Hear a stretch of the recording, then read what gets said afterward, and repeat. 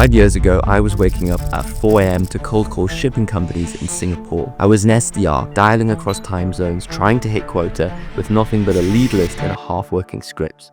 Today, I run a go-to-market studio that helps some of the fastest growing B2B companies in the world build outbound and demand systems that actually scale. The journey from SDR to founder wasn't linear, but it taught me the real mechanics of go-to-market. Not from theory, but from the trenches. So here are 10 hard-won lessons from building my company, scaling dozens of others, and fixing outbound for good. Let's get into it. In my early days, I thought output was everything.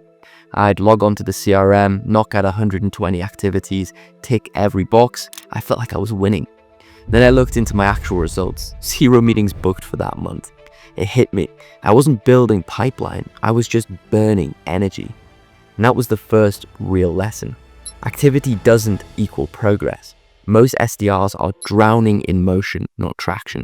Now, when I coach teams, we start by stripping away the noise because quality inputs beat raw volume every single time. Once you start doing less but better, everything changes. We launched a sequence once that targeted leads who had been on the website in the past 7 days. Not just anybody, but people already in motion. And we got replies like, "Funny timing, I was literally just talking to our team about this, and this is weirdly relevant." What looked like perfect timing wasn't luck, it was signal-based targeting. To the prospect, it didn't feel like a campaign, it felt like a conversation starting at the right moment. And that's the bar. Outbound should feel like timing, not targeting. And that only works when you're reaching the right people at the right moment. There was a month when nothing was landing, so I rewrote an entire sequence. Subject lines, CTA, intros, I rebuilt everything. Still nothing. Then I checked the list. I had a look at the list. Wrong industry, wrong job titles, leads that were never going to care. No amount of clever writing could fix that. Now I treat targeting like architecture. If the foundation's wrong, nothing else matters. Before you write, validate your list. The right message to the wrong person is still the wrong campaign.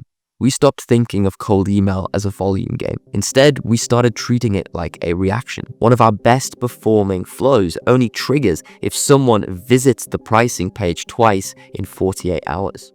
We didn't blast a list, we responded to behavior. 27 emails sent in that campaign, 9 meetings booked. That's a 33% reply rate. Not because the copy was genius, but because the timing was perfect. Cold email works best when it's not cold. It should follow signals, not ignore them. One of our clients had 5 SDRs. They were burned out, stressed, very expensive, and still missing targets.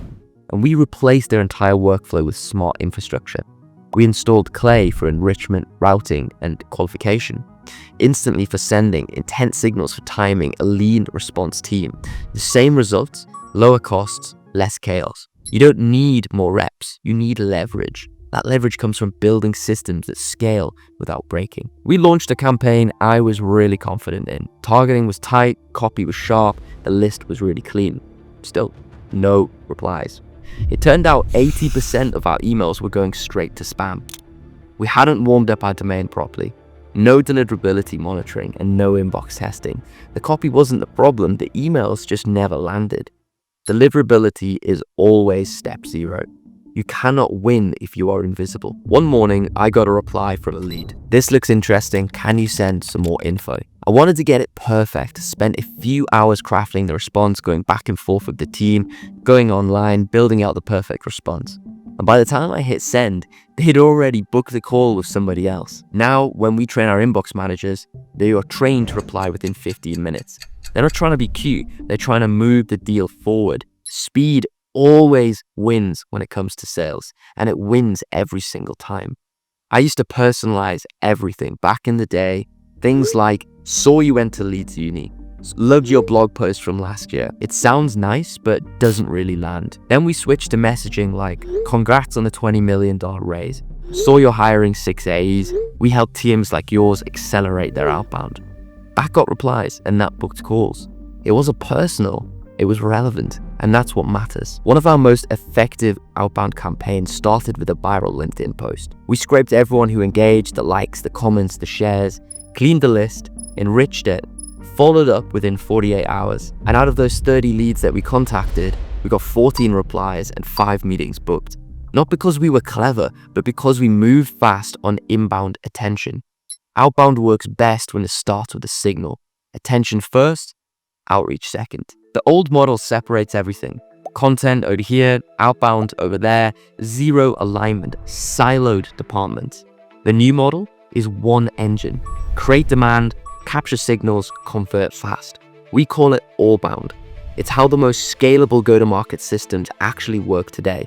No silos, just sync. If you're still stuck sending cold emails and hoping for the best, I've been there. These 10 lessons took me 5 years and 50+ clients to learn. I hope they help you shortcut the pain. And if you want to see how we build outbound systems that actually drive pipeline, click the first link in the description. I'll show you exactly how we work.